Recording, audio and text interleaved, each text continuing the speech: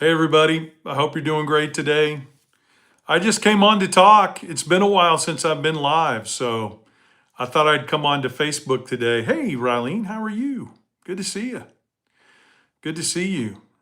My foot and knee have kind of quit barking a little bit, so I felt like I could sit down long enough to do a little bit of a live today on YouTube.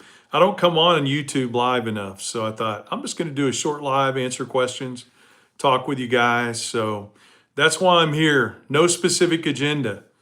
Just wanted to talk to you guys, answer any questions you might have. Thank you, Mario. I appreciate that, man. Thank you so much. Hi, Margaret. It's good to see you guys. Thought I'd just come on for a little while and talk with you. No specific agenda. Hey, Mr. Me. Oh, Rylene, did you not hear?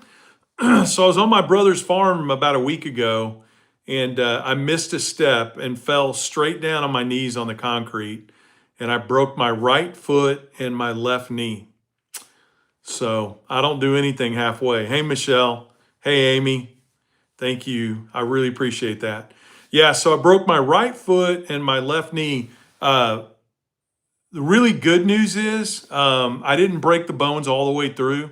So I've got a boot on my right foot and a brace on my left knee, and they think they're both going to heal back. So, yeah, I know. I was sorry to hear it too, Rylene. The crazy thing is, like, you know how when you're falling, you have that moment between when the fall starts and the impact, where you're like, oh my God, this is not going to be good. So that's what happened. Thanks, KS. I really appreciate that. Yeah, we've got a lot of great stuff coming up. We did decide, we voted, and we're going to do the trip to Washington, D.C., guys. We're actually going to go out there and set up a tent in front of Union Station, and we're going to split it into three different sections. Yeah, Rich, exactly. Exactly. Hey, Catch, how are you? I wish I would have thought of it, KS. I wish I would have thought to yell timber. So here's how it played out, guys, and then I'm going to come back to the Washington event. But the way it played out is I went over and I spoke in Hays, Kansas, and it was a late speech, and I wanted to break the travel time back up to get home. So I stopped at my brother's house and spent the night with my brother and sister-in-law. And I don't know why, but I've been waking up at like 3:30, 4:30. Jesus, come on, man. Every morning I've been waking up early in the morning, not just farmer early. I mean early, early. So I'm like, I don't want to lay in bed. I'm going to go sit down in the living room, and I'm just going to catch up on the news on my phone, read some email, that kind of thing. And when I walked down into their living room, there are three stairs there. And I misjudged in my brain that there were two, and I didn't have any light. And I missed that third step. I missed that third step. And I mean, it sounded like, when you have a real bad ice storm on the farm and you hear the trees out in the woods cracking and breaking as the branches fall. That's what it sounded like when my knees hit the ground. That's what it sounded like. So here's what I did. I tried to catch myself with my feet when I was falling, and not being a spring chicken anymore, I just got my toes underneath me. So I tore the ligament in both of my big toes. Okay.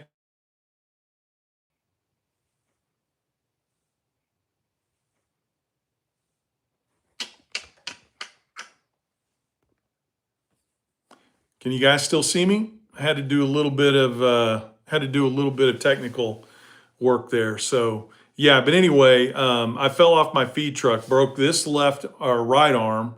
That's what that scar is a plate that they had to put in, and then I broke my left shoulder then. So it seems like I love to do this stuff in pairs. I love to do this stuff in pairs. So yeah, my brother will never let me live this down. He laughed his ass off when I called him and told him what I did. He knew that morning. Nobody woke up when I fell, guys. But he knew that morning that, that it had happened. And then I came home and I couldn't sleep that night. It hurt so bad. I couldn't sleep that night. I went to the No King's Day thing, and there just happened to be an urgent care right on the corner with the hospital that I typically go to. And I went in and they took x-rays, and the doctor came in and he's like, "You must have a pretty high pain tolerance." And I'm like, "Why do you say that?" And he said, "Because your right foot is broken and so is your left knee. And the ligament in your left knee is about to break loose." So anyway, we're going to go out to Washington, D.C., November 10th through the 22nd.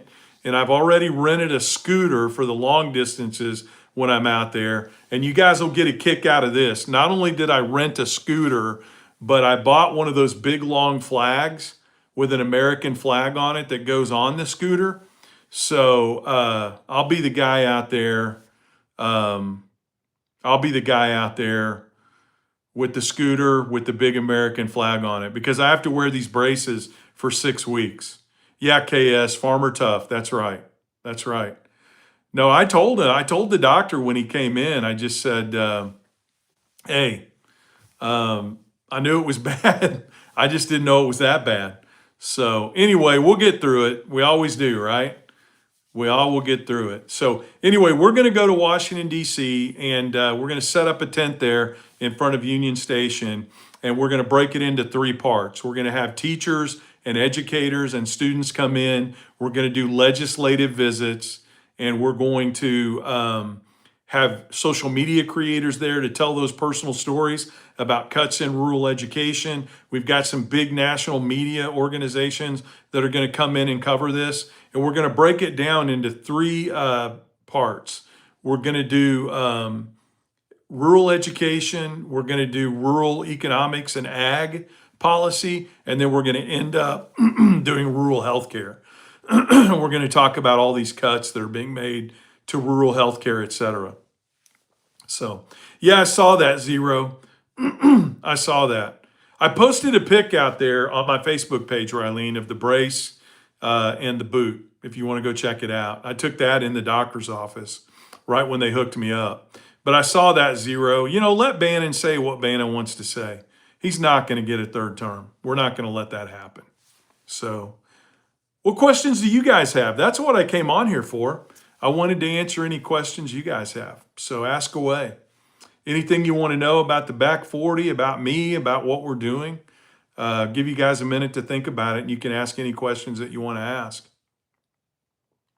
If you're not a follower or subscriber here on on TikTok, golly, I'll get it right. YouTube, I'd really appreciate it if you'd follow me on here. This is our fastest growing media platform right now. We're almost at 50,000 subscribers on YouTube. My great-grandmother fell trying to get all the grapes off the arbor because letting food go to waste is a sin. The ER told her it was the 3rd time she'd broke it. Wow, that's wild. Tell us why, Russell. Russell, let me ask you this. Are you a farmer or a rancher? Just let me know down in the comments. Yeah, they are, catch my whiff. They are. You look at the polling, contrary to Russell here, Donald Trump's lost about 9% of his support in rural America. Independents, unaffiliated voters are the largest. So for those of you that may be new to the back 40, my name is Will Westmoreland, and I am a small farmer. Used to have a bigger operation. I had a several hundred acre agroforestry operation, and then back from about 2007 through 2011, I operated a 300 cow calf operation with my family. But yeah, they're coming to their senses. I mean, independents and unaffiliated voters, his support among them is all the way down to 28%. It's the lowest of any president in history, including Nixon. So that tells you a lot about, what's happening to his support out there. I see the king just sent an aircraft carrier. Yeah, I saw that. He wants to do this thing with Venezuela. I don't know how we're going to be able to stop him unless, okay, Russell, thank you for telling me that. I'm just interested. Put in the comments, why do you think Trump deserves a 3rd term? As a row cropper, that kind of surprises me. We've lost 33% of our foreign markets in row crops, and we're going to have the biggest bailout in American history to keep us from going bankrupt. I just wonder why you think his tariff policies have been good. And I appreciate you participating. Anyway, I think he just wants to do this with Venezuela. He wants his war, and he's going to get it at any cost. Wow, Nancy, great question. Snap cuts are going to be bad. It's going to be really bad. They happen in the next couple of days. I don't know if you guys saw what the press secretary said, but she said, well, go to the food banks. If you need food, go to the food pantries. And we just saw a big announcement. I don't know if you guys saw this, but there were, several of the largest food banks. Russell, you can play that game, but all I'm asking you to tell me is why you support them when we've lost 33% of our overseas markets. It's a simple question. The slogans don't mean anything here. I don't know if you've ever jumped on the back 40 before, but like the TDS stuff and all that, nobody cares about that. I mean, you're at the wrong place. I'm really trying to have a conversation with you. So if you can, I'm just wondering, we've lost 33% of our foreign markets due to the tariffs for row crops. I'm asking you to tell me, how have his policies been good for you as a 200-acre row crop farmer? That's all I'm asking. That's all I'm asking you to tell me. Yeah, Mimi, food supply, the food banks don't have enough. They don't have enough. They haven't put in the time. You're right, Catch My Whiff. That's one of the reasons why I'm doing this. And they asked me to serve on that People's Cabinet for Rural America to go get feedback. And I think we're finally going to get started out there here in the next few months. So I'm excited about that. But we've got to get out there and we've got to listen to people. Listen, I say this all the time, guys. It took the Republicans 40 years to turn the blue parts of rural America red. And it could take us that long to get it back again. We got to be in it for the long haul. You're Red Hat MAGA. No, I'm a Red Hat St. Louis Cardinals fan. Nobody gets the color red. I'm a Chiefs fan and a Cardinals fan, and it would be very difficult for me to represent my teams and not wear red.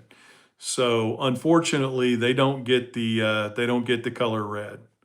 This is not your Make America Great Again. This is a St. Louis Cardinals.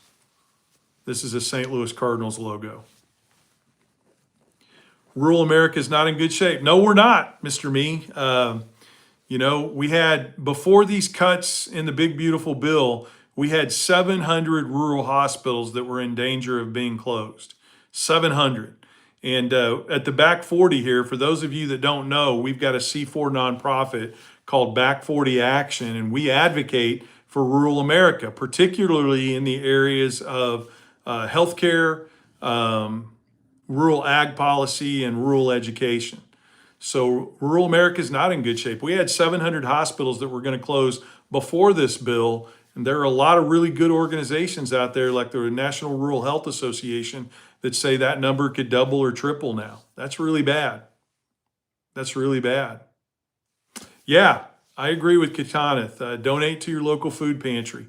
There are going to be a lot of people, they're trying to starve us out on this government shutdown, guys. They're going to make it as difficult as they can for us to keep this shutdown going to save these tax credits for the ACA. How does importing beef from Argentina hurt American ranchers? Well, it's going to drive down prices. If you did it the right way, you could strike a balance. I want to be honest about that, because I'm not just totally anti-Trump on all of his policies. If he passes a policy that's good for rural America, then I think that's a good thing, even though he hasn't done that really yet. But the way it's going to hurt is we're taking off all the quotas. So there's a way where we can import enough beef to help bring prices down at the grocery store without tanking the per pound price at the sale barns across this country. But unfortunately, what we're going to do, the plan is we're going to eliminate all tariffs, and we're going to eliminate the quota cap, which means they're going to be able to dump as much beef as they want onto the American market. And that's going to be a bad thing. That's going to be a bad thing. Yeah. Yeah, in a lot of cases, I think I am preaching to the choir. But when we go out and do the events on the road, Catch My Whiff, I do have a lot of independents and Republicans that come out to that. Yeah, Tom, I got to tell you a little story. So we did a Meet in the Middle event over in Illinois, in Lincoln, Illinois, and I started my speech, and all of a sudden it just hit me like 3 sentences in that I had my Cardinals hat on. And I stopped for a minute and I said, you know what? I just realized I've got my Cardinals cap on. And they told me, they said, Will, you're right on the border. You're still in St. Louis Cardinals country. When you get about 20 miles over to the east of us, it switches over to Cubby country. So I was just playing by their set of rules. But you know what? I represent. We had a bad year this year, and I've never been a bandwagon fan. So if I'm going to represent them during the good years, I've got to represent during the bad years. My poor neighbors still love Trump and Republicans. Yeah, I think that's a great point that you make, Mr. Me. That's what's making most of the change right now, and it's sad that it has to be this way. But if we're honest, I think this is what causes a lot of people to change their mind is when their wallets are impacted by it, right? I can tell you this, like I drove to Washington, D.C. about a month ago to attend some meetings up there and to do some visits with lawmakers. And normally when I would drive from Springfield, Missouri to St. Louis, Missouri, there'd be 40 signs along Interstate 44. Like back in 2016 and in 2020, there were probably 30, 40 signs along the way. From my house in Osceola, Missouri, going down to Springfield and then all the way to DC, I only saw 4 or 5 signs all along the way that said Trump. One that said Trump Vance, and the other 3 or 4 said Trump. And all but one of those were obviously put up, in either 16 or 20 because they were peeling and they were not in good shape. So most people have taken down their signs. Most people south of Effingham or Redbird. That's good to know. Hey, thank you, Starch. Appreciate that. I love that idea. I'm going to start doing that. I saw that yesterday, calling it the Epstein Ballroom. I love that. And I agree with you 100%. I agree with you 100%. Thank you for the gift. I really appreciate that. For those of you that don't know, when you gift to us, it goes to Back 40 Action. We use it to get out there to advocate for rural America. You may have seen when I reversed my camera, my truck that's sitting out there has 240,000 miles on it. So ain't nobody getting rich off this stuff, if you know what I mean. Yeah, Vance the makeup man. How about Trump basically saying farmers and ranchers just aren't smart enough to understand tariffs? Doesn't calling them dumb change their minds? I think it helps, Jennifer. I couldn't believe that. I mean, nothing should surprise me anymore, but I got to tell you, even the MAGA guys where I live, I've got a farm up near Osceola, Missouri. And I got to tell you, even the guys up there at the cafe were like, some of them have just changed their minds. I don't know if you guys saw Mark Alford, who's my congressman. He did a town hall in my county, St. Clair County, Missouri. And there was a row cropper up there that row crops 2,400 acres, who everybody in my county tells me voted for Trump at least twice. He stood up and said, I'm done with this guy. Now, we've just got to have the grace when people do that. We got to have the grace to meet them there and say, okay, come join us in the fight, and not tell them too late or you're stupid or all those other things. Yeah, I wish they would have too, Krista. Share your, listen, Krista, that's a great point. I want to tell all of you, we've got about 500,000 followers across all social media at the Back 40, or I do, Westmoreland Pops. Share that media, tag us in it, and we'll do our best to share that whenever you guys do a protest out there in rural America. Just tag us in your media. We're on all the different platforms. Just tag me, and we'll do our best to share that so people can see it. Let me go back and look at some of these. Healthcare premiums in Kentucky will go, my healthcare premium, on average in rural America, this is data from the National Rural Health Association, premiums are going to go up about $900 a year. That's a lot of money. My premium is going to go from $1,800 to over $3,000 a month. The List Ballroom, I like that, Andy. Here we go. Guys, I really apologize that keeps freezing up. Sorry about that. But anyway, I was just making the point that, they're not changing their minds fast enough to make us happy, but they are changing their minds. And we got to continue to get out there and make the arguments. Yeah, soybeans are in bad shape. But the good news is if you're a farmer in Argentina, you're having a pretty good year, right? You're having a pretty good year. Rural Kentucky. Hey, Robin, I drove through there on my way to Washington, D.C.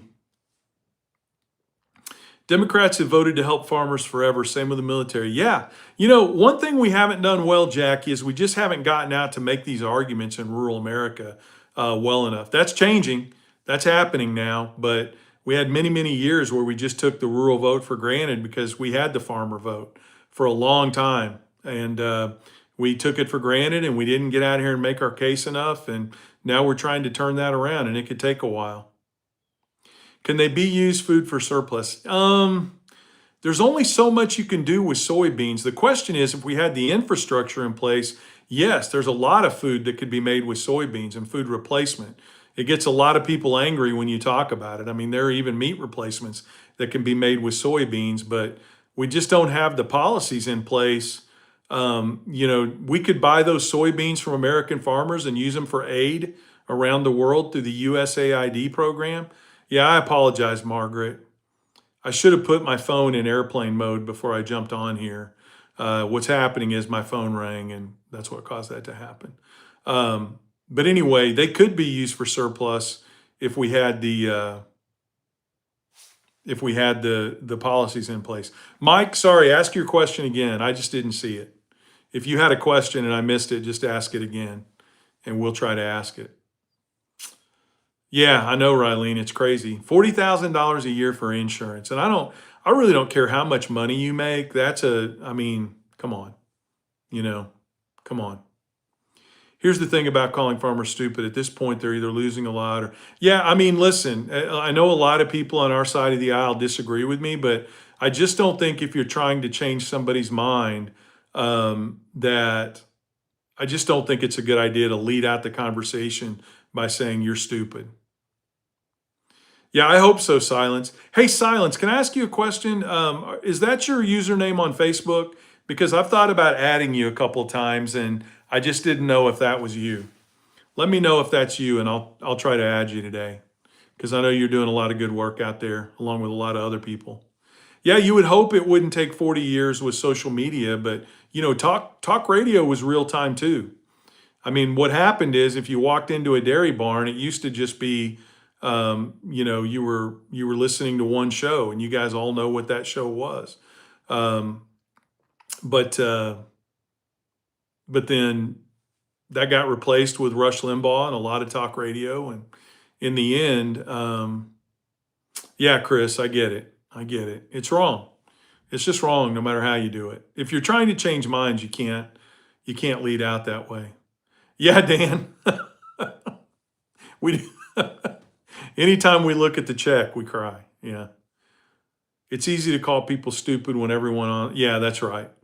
Keyboard warriors, you got it. Okay, that's another person. Silence, no problem. Hey, Rick. Calling people names just puts you on the same level. Yeah, I think so. The other thing is, like, personal stories are so much better. For those of you that have followed me for a while, you know that when I talk about rural healthcare, I always talk about the farm accident I had as a kid. You guys see how mangled my left arm is. That was caused by a farm accident when I was 12 years old. I got my arm caught in the power takeoff on a tractor. And I waited out there for 2 hours for an ambulance to show up. Really, really bad news. And it was bad. It was bad. Mike, I don't see your comment coming up. That's the problem. I'm scrolling back trying to look for you, and your comment's not coming up. The only thing we can see is it says, whoa, totally skipped me. So if you're asking a question, it's not coming up. I can't understand why farmers voted for Trump after he did the same thing.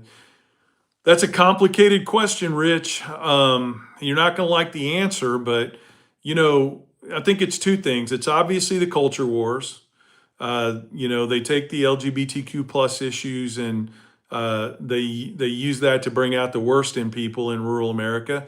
The other thing is the polling in rural America, though. If you look at the data, it's a lot like the polling in inner city America. It's the politics of disgruntledness. We don't get our roads fixed. We don't have good health care. We don't have, good Wi-Fi and good internet, et cetera. So a lot of it's driven by that. And unfortunately, what the polling shows is that, especially in this last election, not just rural people, but young people, they tended to either vote for the person that screamed the loudest that they were going to help them, or they just didn't vote. That's the one thing the polling did not show, is that we would have somewhere between 8 and 12 million Democrats that just didn't even go vote. So, Yeah, Patricia, that's something that, the Back 40 Action is a nonpartisan group. And listen, we'll support anybody that um, is just voting for good policy. Okay, Mike, it came up that time. My wife is a teacher in Fairfax County, Virginia, and we have excellent health care. That's good. You're very fortunate. Unfortunately, in rural America, that's about to change. At the end of the year, we're going to have 3.5 million people in rural America that are going to lose their health care because of the cuts in the big, beautiful bill.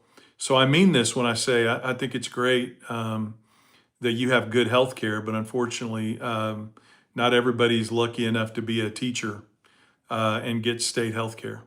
So we got 15 million people overall that are going to lose health care between now and 2031. My grandfather was a farmer and called any boyfriend of mine with a beard a gorilla. There you go. That's grandpa's for you. That's grandpa's for you. Traditional liberal. All right, Edwin.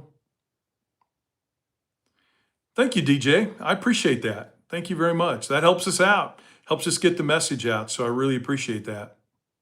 Yeah, Mike, because it cuts. Well, it's partially the 3.5 million to 4.5 million, Mike, that are going to lose insurance at the end of this year. That's because of the cuts to the tax credits for ACA.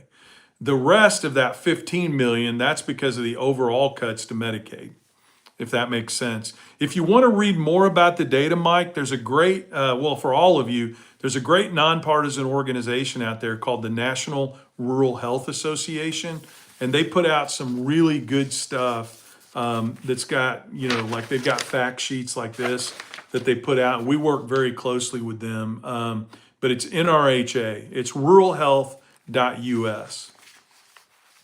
It's my understanding that the bill only affects people on Obamacare, which is only 16. No, that's not true. I'm not saying you're lying. I'm just saying the information that you got is incorrect. Like, for instance, let me share this with you. So under these cuts that are about to happen in my state of Missouri, just to give you an example, we have 20% of the people in this state in Missouri that have rural Medicaid enrollment. That's just in rural America. The rural Medicare Advantage penetration, about 50% of the people in our state use that. And then these tax credits go out to 338,000 people in the state of Missouri. But again, that only covers the tax credits. That only covers the tax credits. The overall loss of insurance in the country is going to be about 15 million people. Now, that's people that are going to lose their health care altogether, Mike.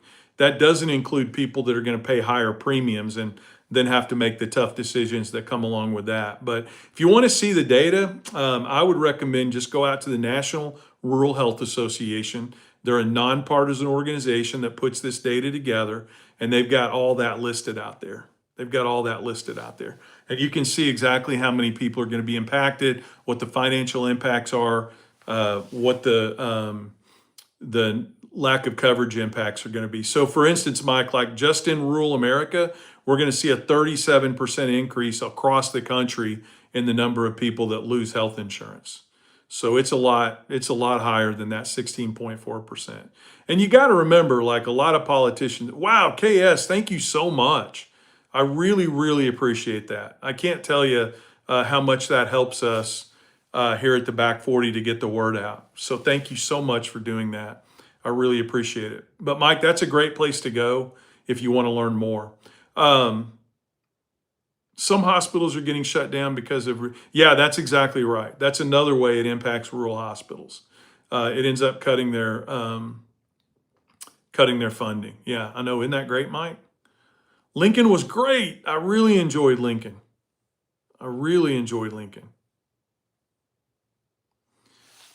Beige, the reason they can, if they lose they're losing their coverage because of cost, and they're losing their coverage because of lack of availability. They can go to the ACA and they can apply for coverage, but the problem is the average increase in premiums. So this is why I really recommend you guys go out to the National Rural Health Association. The average increase in premiums is double. So in rural America, because of these cuts, if you go to the ACA, you're going to see your premium cost double. Okay. So let me give you an example. All right. My health insurance right now on the ACA costs $1,800 a month. Well, Mike, you've still got to pay out of pocket expense. You've still got to pay for that coverage on the ACA. Okay. Well, that's what his question was about. He's asking if people get the question earlier, if you scroll back and you look at the question, it's why can't the people who are losing their insurance just go to the marketplace? So I'm assuming marketplace is another word for the ACA. So I'm assuming that's what the question was. But the problem is we're going to see a doubling of the cost. And people can't afford just to go directly to an insurance company to buy coverage because you don't get any tax credits that way. If you do, the only thing that insurance agent is doing is taking you, they're being your between you and the ACA. I don't understand what you mean, Mike. You're not paying twice. I don't understand your question. You either go through the ACA to get your health care, or you go through a private company to get your health care. If your private company goes through the ACA, all they're doing is acting as a middle person or a broker. So,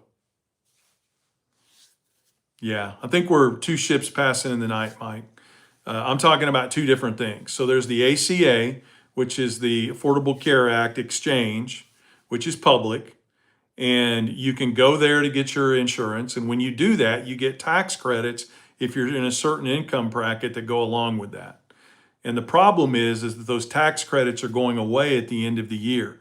That's going to cause the health insurance that's on the exchange, the ACA, it's going to cause the cost to double. Okay? When that cost doubles, people will not be able to afford it. And we're going to see a 37% increase in the number of people. Oh, okay. I see what you mean, Mike. Well, it's for the same reason that you're taxed for roads that don't go by your house or schools that you don't attend, that kind of thing.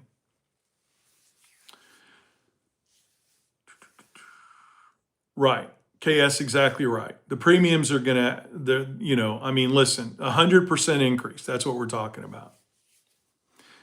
Because people can't afford it, Mike. People can't afford to do private insurance. If you're on the exchange and you're lucky enough to get these tax credits because of your income and you're paying $87 a month for health insurance and you lose that because the premium doubles, you can't go to a private insurance company and pay $300 or $400 a month there because cost is already the prohibiting factor. Glenda, thank you so much. I really appreciate that. Thanks for supporting the Back 40. That's a huge help, especially with this big event we have coming up in Washington, D.C. That's going to be a huge help. RP, not always love. So RP, with all respect, if you live in rural America, that's not always a choice. I mean, there are a lot of towns around me that have one factory that supplies 80% of the jobs there. And, if you don't like it, I mean, yeah, sure, you can rip up your family and move to a new place. And that's happening all over America. The 400 largest agricultural rural counties in this country have been losing population for the last 3 decades because we don't have good health care, we don't have good schools, and we don't have any jobs. But maybe a better solution, and yes, I'm being a little bit tongue-in-cheek here, maybe a better solution is we have good policy for rural America that allows economic growth so that people can pay there and live there and get good jobs. Yeah, it is. I farm indoors. I raise mushrooms and I do that year round indoors, Catch. Absolutely. It's a great way to farm. We have farms around here. We have 3-acre farmers that make more money than, 300-acre cattle raisers. So I think it's a great way to farm. Yeah. Well, Canadian, that's the dream, right? That's the dream. That's what we need here. We just need universal health care. I know that. I was just trying to make the argument in the system as it exists here.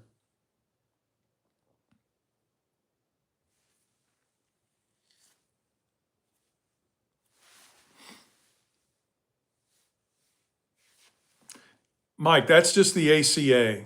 I think you seem like a smart guy, so I think maybe you're doing this willfully. The ACA is 16.4%. then Medicaid makes up another massive percentage. So we're talking about cuts and drops in both of those areas, okay? And that combined together is going to lead to a 37% increase just in rural America in the number of people that are uninsured. I mean, I don't really, to be completely honest with you, I don't know why you'd want to defend that system. It's just doesn't make any sense to me. Like, there's no question about it. I mean, you've got the National Rural Health Association, the Academy of Physicians, so many different organizations have already done the research into this. We don't have to guess what's going to happen and argue about it here in a YouTube live. I mean, the truth is, just in rural America, the cuts to Medicaid and the cuts to the tax credits on the ACA are going to lead to a 37% increase in the number of people being uninsured. And to make the argument, well, they can just go pay 5 times more than they are now in the private insurance marketplace, that to me is just like, with all due respect, I don't think you have a grasp of what the financial situation is in rural America. Hey, Jonna, good to see you. Yeah, Mr. Me, I agree with that. Look at I was born in 1968. Go Google what the corporate tax rate and the tax rate on the wealthy was in 1968 versus today. That's going to answer a lot of your question. I try, KS. I try. With the VA having its serious issues with delays and people unable to get care in a timely fashion, how do you think the government can institute a nationwide coverage program? Well, I mean, they could probably use the. Thanks, Mike. I appreciate that. I mean, we got to be able to disagree without screaming at each other, right? So, my idea, and listen, guys, I'm a small farmer and I'm a political consultant. And when I say political consultant, I'm not the kind of political consultant that tells people how to run for office. I've got a tech company that helps get nonprofits, the voices of nonprofits and people running in rural America, helps get their message out. But I don't know if you do Medicare for all. It shocks a lot of people when they hear this, but there is less fraud and mismanagement and abuse in Medicare than there is in the private healthcare system. And a lot of people don't realize that. A lot of studies have been done to back that up. So maybe you start with that. But I don't know. I've suffered a lot of serious health issues in the last 8 years or so. I had an aneurysm in my liver that almost cost me my life, and I had to write a check for over $70,000 for a surgery at Mayo Clinic because my state of Missouri allowed insurance companies not to cover you out of state. So, I don't know what the starting point is because I'm not an expert, but groups like the National Rural Health Association, the argument they make is that, Medicare for all would be a good start. And then there are other changes that we could even make to the present system. Yeah, Rosemary, I think that's in the end, to me, that's just the part that the politicians haven't been willing to do, is cut out private insurance companies. And there are a lot of reasons for that. They manage the system right now. They donate a lot of money to politicians and to political causes. John, thank you, my friend. I really, really appreciate that. I didn't come on here to make money for the back 40, but I'll take it. I will take it. I really appreciate it, guys. That's $100, and we can use it. This is, when is the only time a farmer has to be me? Okay, if this is a joke, John, the setup is perfect. Go ahead and tell us. When is the only time a farmer has to be mean? Yes, my basic plan through my employer went from 48 to 170. So that's the other thing, is that the tax credits going away will also impact private insurance as well. And I'm actually trying to put a video together for that. I'm waiting for some information from the National Rural Health Association to put that video together. But the Medicaid cuts and the cuts to the ACA tax credits will impact private insurance as well. I just want to get the specific. Numbers. Yeah, Mr. Me, that's the number that I got was 30 billion, but I'm trying to get from them what the specific cut areas are and what the impacts are going to be, because I do want to get a video out on that.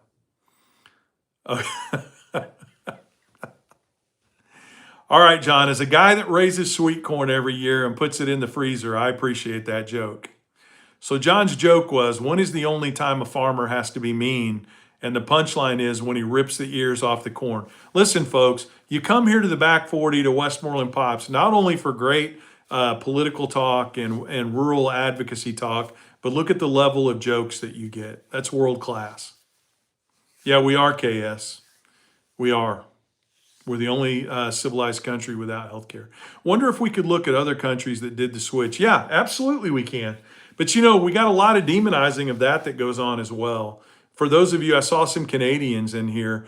Our American politicians like to make the argument that, well, we can't do that because the waiting times are so long and that kind of thing. But got to be honest with you, maybe I had a business in Canada once, and I got to be honest with you. I never really sat down and talked with a Canadian that said they would trade their healthcare in for our system. Now, just like us, they thought that there were things that they could improve in Canada. And I've talked to people in Scotland and the United Kingdom, but none of them have ever said we would trade our healthcare system today for the healthcare system that you have in rural America. None of them have. Yeah, dad jokes are the best. Lots of people would lose their jobs if we got rid of, yeah, absolutely, 100%. Thanks, VH. Thanks, VH. You're never a hero in your hometown. You know what I mean, VH? The good folks in Bolivar, Missouri still see me as the same rabble rouser I was when I was a kid, but I appreciate that comment. Casey, they are not as many of them as we would like to see, and it's not happening as fast as we would like to see it. But yeah, if you look at the polling, President Trump has lost about 9% of his support in rural America, and he's tanking among independents, a lot of which live in rural America. We can learn from what works and what doesn't, John. I think that's a great point. Nothing is perfect. That's right, Rosemary. I've talked to plenty of Canadians, including doctors from Canada, that say their insurance is much worse than the USA. Okay, I believe you, Baze, when you say that. I'm just saying my experience has been different. I've never talked to, I asked that question specifically because of what's happening in rural America. And I've made quite a few friends in Scotland. I've just never had any of them tell me that. Now, they've talked about the problems, some of the wait times for specialty doctors, but man, I got to tell you guys, I have to have my right hip replaced. And I'm waiting 3.5 months to get that done, just to have a right hip replacement. So we've got those problems here. That's interesting, OO. I'd love to hear your thoughts on what somebody who voted for Kamala looks like. Tell us what, all kidding aside, tell us what someone who voted for Kamala looks like. I'm interested in knowing. Thanks, Rich. I'm going to keep fighting a good fight. You do the same thing. Jay, I appreciate that. Yeah, that's the point that a lot of Canadians made to me. And if you have a conversation from somebody with nationalized healthcare, that's really the first argument that they make, is that we don't have bankruptcy in our country because of medical issues. It happens a lot. Yeah, Mimi, same thing here. Before they decided to replace the hip, I had to have those cortisone injections in my hip, and same thing. I had to wait a long time to get that done. I had to go see a dermatologist. I've got these skin spots, not as many of them now, but I've got these skin spots that you see. I had to have those frozen off, and it took me like 2.5 months to get in there. Yeah, me too, Catch. I'm still waiting on OO to tell us what somebody that voted for Kamala looks like. Probably doesn't want to answer that question on social media, right? The problem with universal health care is that the rich people would have to pay more tax. Yeah, there you go. There you go. Yeah, Casey, that was my experience as well, but why did you get banned, Ani? That's interesting. Work on funding for education. Yeah, we're doing that here too, Rosemary. We're trying to stop the voucher systems. We're down to only 17 states now. We only have 17 states that don't have a Robin Hood voucher program in place. Thanks, VH. I appreciate that. Yeah. Hey, you can call somebody out for misinformation without screaming and yelling at them. As a matter of fact, I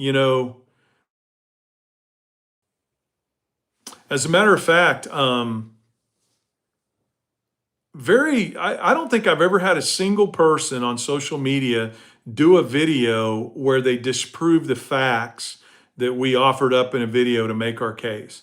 Now, that may start at some point, but as of right now, that's kind of interesting, don't you think? We've got about 500,000 followers across all social media, and I've never had a single creator come onto social media and disprove a video that we've made where we've used facts from National Rural Health Association and other places. Mimi, thank you so much. I really appreciate that. I really do. That money will go to help the Back 40 Action. If you guys want to learn more about Back 40 Action, you can go to Back 40 Action, all spelled out, back40action.org, and you can learn about what we're doing to try to advocate for better rural health care, better rural ag policy, and better rural schools. I have friends in England, Scotland, and Canada, and they're pleased. Yeah, I think so too. I think so too. If the richest men in the world had all their money taken and given to the government, be enough. Yeah, it would be. Boy, that would be a yowl heard around the world, wouldn't it? Vote blue for taxing the rich and feeding the poor. Yeah. I don't mind I don't make it a huge issue just because I don't think I should be, proselytizing on Facebook, but I am a Christian. And I always tell people, the Jesus that I worship, he wrote the Sermon on the Mount, not Project 2025. And those two things are vastly different. So I think my political ideology is right in line with my Christianity. So thanks, Green. Yeah, there are a lot of us out here making this case, right? Not everybody has a TikTok channel. There you go, Jonna. That's you. I can vouch for that. Yeah, disappeared when I asked him to say what a person who votes for Kamala looks like. This elder Gen X white farmer woman and my boomer Vietnam veteran husband also vote. Yeah, I mean, you know what? The truth is, anybody, every American, there were a lot of us that voted for Kamala. Thank you so much for subscribing, Casey. I appreciate that. Jesus was woke. Yep. J only not stands for Jesus, but he was. I think the oligarch class is going to have a reset. Yeah, I think so too. And I think as soon as we can get this new representative from Arizona sworn in, we're going to see that happen. Yeah, Jerry, I totally agree with that. I think the fact that people have to declare medical bankruptcy is just a crying shame. I've got a family member who she had a congenital heart problem because of a genetic issue. And I think by the time she was 25, she'd had 7 open heart surgeries. And on one of those trips, she went to the local hospital and they told her that she needed to immediately get to a larger care center, and they said she needed to go by air ambulance. So she was air flighted to the bigger hospital. When she got there, they found out the problem wasn't as serious as the local hospital thought. So her insurance company denied coverage on the $21,000 helicopter ride to the bigger hospital. That went on to her credit for years, and her credit score was destroyed. She wasn't able to get a loan. And finally, after fighting it for years, she was able to get it taken off. I know a lot of people who are wanting to do the general strike. I've been hearing a lot about that. The protest movement is growing and growing in this country. The issue with the general strike, I think a lot of people would do it. It's just that there's so many of us living paycheck to paycheck, right? There are just so many of us living paycheck to paycheck that it's tough to do that. And you never know. So many of us, so many people live in right to work states, where you can just be fired for the color of your shoes. I think there's a worry that, if I do this, what's going to happen, Tell her I said thank you, Casey. Yeah, you got to be a fan in good times and bad. So, yeah, Rosemary, exactly. That's right. Crowdfunding for healthcare is gross. So many people have to do it. I know what you're saying there. You're saying gross that we have to do it. Not that they do it, but that we have to. What do you know about Citizens United? Yeah, KS, that was the beginning of the end in my thought process about us losing control of our government. Once we said that corporations were people and that they could give unlimited amounts of dark money, for me, that was the beginning of the end. Hey, Will, can Congress stay out forever? And I heard the Senate never agreed to allow that. Yeah, well, they are staying out, and I think they're staying out for a very specific reason. I went to Washington, D.C., and I met with legislators there. And this is not a partisan statement that I'm about to make. I will just tell you the Democrats were there. I met with and interviewed a Democratic Congresswoman from Radinsky from Illinois. I'm about to release that video. I went and knocked on doors of Republican Congresspeople, and they just weren't there. They're not there. And I think they're doing that intentionally to not have to vote on the Epstein files. I think that's the primary driver of that. I'm sorry, Green. I'm sorry. That's a tough place to be in. I don't know what I'm going to do. I've got some regular maintenance issues that, I need health care. And I'm thinking about having to go to a catastrophic plan just to pay for big issues that come along and maybe paying the rest out of pocket. I don't know. Yeah, Kelly, might be a good idea. Kudos to Canada for posting that video of Reagan. Yeah. Oh, yeah, I'm sure that made him mad. Reagan used to be the poster child for the Republican Party, and it's amazing now how many people are turning their back on Reagan in the Republican Party because he disagrees with Trump across the board on so many different issues. Now, I got to be honest with you guys, I was not a big Reagan fan. I protested him back in the day. But the bottom line is, on immigration and on healthcare and on tariffs, Reagan had some beliefs that Trump absolutely opposes, and it's been wild to watch the Republican Party. I guess I should say, in fairness, the MAGA wing of the Republican Party turn on Ronald Reagan. Yeah, I agree. Tariffs are not the way. They've destroyed the foreign marketplace. That's the biggest impact they've had. We've lost, for those of you that don't know, the tariffs have cost us 33% of our foreign agricultural markets. We've lost $2 billion in sales of beef, and that number is growing every day. And we've lost billions of dollars in row crop sales because of the tariffs. And the tariffs are paid by the American people. That's funny. Thank you. Yeah, I can't see without these. I'm blind without them. I just laugh because I appreciate the compliment, man, Shark. But yeah, the tariffs have cost us all kinds. It's the easiest way for other countries to strike back, right, guys? Whenever we implement these tariffs, the easiest way for them to strike back is by hitting our agricultural sector. Yeah, I think so too, Rosemary. That's why we're going to Washington, D.C. We're going to Washington, D.C. with the Back 40. We're going to have parents there with children who are disabled. We're going to visit lawmakers. We're going to do media and all these other things. And I'm excited about this trip. Yeah, that's what I do, Glenda. I buy all my protein locally. So I buy all my pork and all my beef from local producers. I can go out to their farms and I can see how it's raised. I know that the animals are cared for. I know that they're raised in a good environment. I know they're fed primarily grass or corn raised on that farm. And that's what I do. I get a half a beef every year and I get a full pork every year. And then my kids come take it all.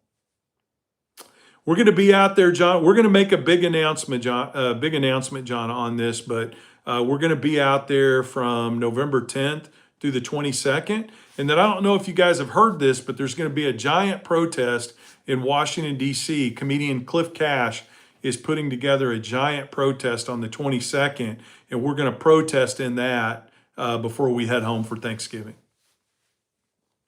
Yeah, Glenda, that's another great way to do it. Buy from the local FFA and the 4-H kids, because they're typically selling off the farm as well.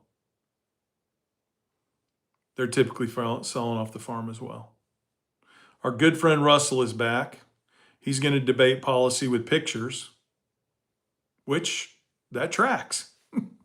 That tracks. Typically, people with those beliefs do use crayons and construction paper and pictures to make their argument. I don't understand why beef is so expensive. We have beef that we sell. Beef is high really primarily because of herd sizes, Rosemary. We've got the lowest herd sizes that we've had in 70 years. And the problem, well, it's not a problem, it's a good thing, but we've got the highest beef demand that we've had in 40 years. So it's just supply and demand. You've got the highest beef demand that we've had in years, and you've got the lowest beef supply that we've had in years. So it's just supply and demand. we can't put enough beef on the marketplace to meet the demand, so the price is going up and up and up. Yeah, Acre Trader, they're buying up farmland across the country, and our vice president helped raise money to start Acre Trader and other organizations. This, you can't tell, it may have it in reverse, but I'm a St. Louis Cardinals fan, American baseball. So that's what that is the St. Louis Cardinals logo, just in reverse. Well, Russell, we appreciate you being here, buddy. And goodbye. That's what we do at the Back 40 with people that attack other individuals. We just get rid of them. David, I don't know if I could go along with you there. I know we reduced herd sizes. If we would have stayed in the business, we would have reduced herd size just because the input costs were so high for a long time there and because of drought. We were really lucky when we had that bad drought in 2011, I think it was. We had to start feeding hay at the end of May. And there were a lot of people that just didn't have the hay. And, so drought has played a really large role in the herd size reduction along with input prices. Because before corn got super cheap, we had some record high, corn prices, which drove up the price of feed. The other thing is with fertilizer being high, we're not getting as much grass production because we got a lot of farmers not fertilizing because of the cost. So I should say this, you are right. It's intentional that they sold down their herds because of drought, et cetera. That's probably what you meant, so I apologize. Yeah, you are right about that. It was intentional in the sense that they were trying to meet, the market challenges that came along.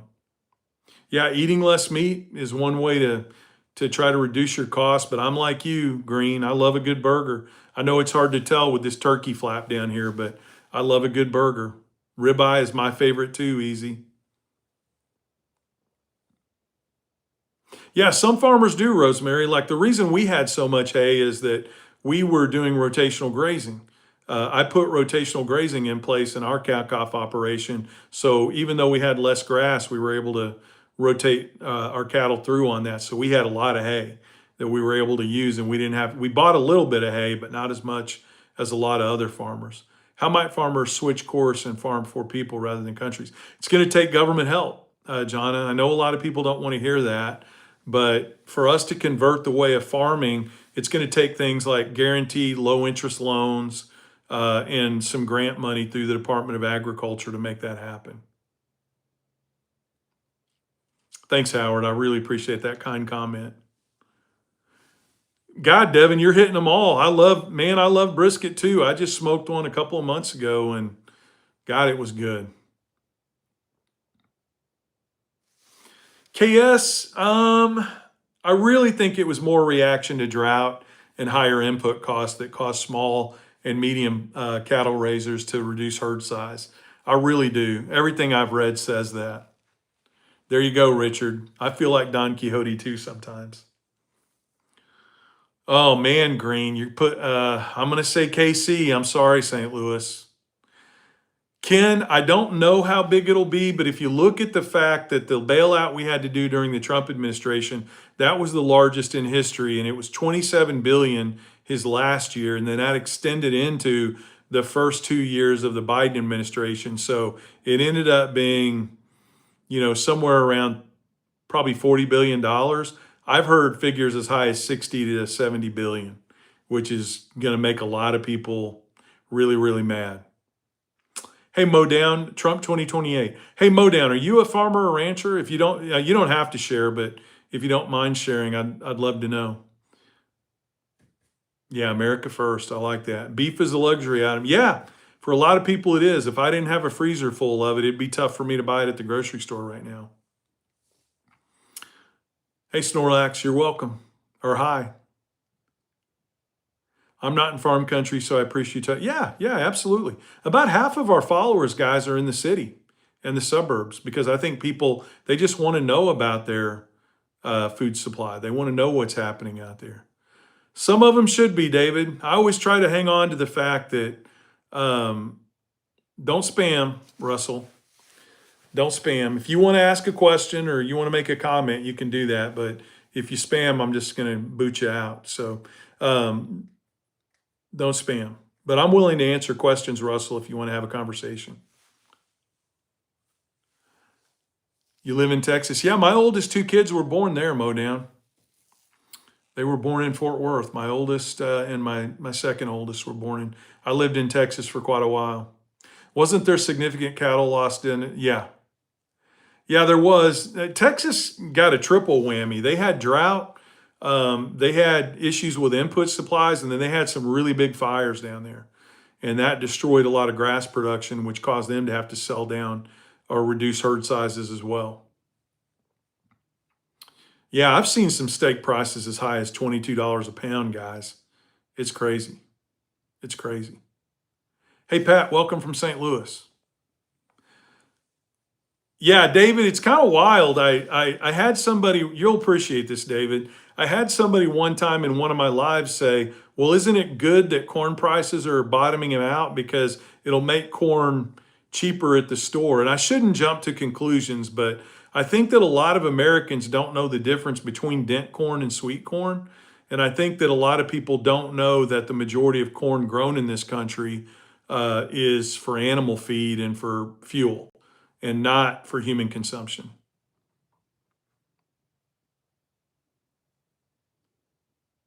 I might try to do that sometime, VH. I've watched some of the YouTube videos and things like that. I just never had the opportunity to go by there.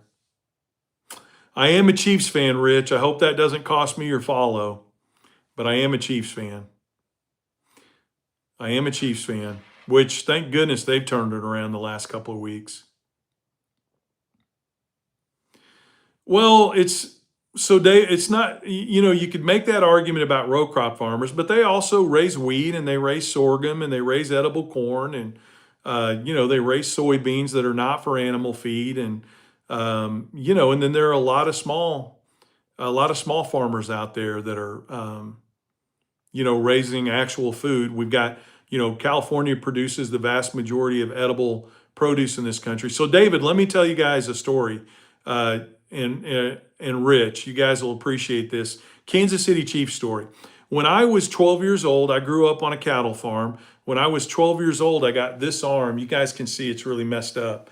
I got that arm caught in the power takeoff on a tractor when I was 12 years old. And I laid out on the ground for about 2 hours waiting for an ambulance to show up. And this is why I advocate for rural health care right now. It's not about Democrat, Republican, or independent with me. It's about good health care for people that live in rural America. And the reason for that is because when I was 12 years old and I hurt this arm in a farm accident, I laid out there for 2 hours waiting for an ambulance to show up. But while I was in the hospital, every member of the 1980 Kansas City Chiefs signed a pennant for me and sent it to me in the hospital. And that just made me a Chiefs fan for life. I was already a Chiefs fan, but that made me a Chiefs fan for life. Unfortunately, when I moved back to Missouri in 2007, we lost the pennant when we made the move. All the signatures have faded off of it, but I still had the pennant and we lost it. So it really bums me out because it just gave me a lot of hope in the hospital when I had Arnold Morgado and Bill Kinney and, Art Still. I mean, all the old school Chiefs had signed that pennant and I lost it. I don't know. Maybe someday I'll be lucky enough to get in front of the current Kansas City Chiefs and get a new pennant, try to tell them my story and see if I can get another one. But I was I was 39 years old when I lost that pennant. And I'm not ashamed to say I shed a few tears over that because it was just such an important part of my story as a kid with my farm injury and growing up. So, yeah, that's right. That's right, Rosemary. Nobody can take my memory away, but they really didn't have to do that. I don't have a picture of me with the pennant, but I do have a picture of me when I was in the hospital. If you go to I've got it here on YouTube. If you go back a few videos, I tell the story of what happened to me when I was a kid. I'm standing out on a farm. with my St. Louis Cardinals hat on next to my pickup, and that's the story about my farm accident. And I put a picture on there of me in the hospital. I was in the hospital for 2 months in traction, waiting for the bones to heal and all that good stuff. And you can see that picture there. All right, guys, listen, I want to thank everybody. I've got to jump on a call, but I'm going to be doing more of these pop-up lives. If you could subscribe to me, I'm going to be doing a lot more of these pop-up lives on YouTube. And I really appreciate you guys jumping on today. I need to jump on a call to talk about the trip to Washington, D.C. But I just wanted to thank all of you for jumping on here, especially thanks for the donations. But I'll be coming on here regularly, and then we also do our TikTok lives. And it was a great conversation, guys. I appreciate it.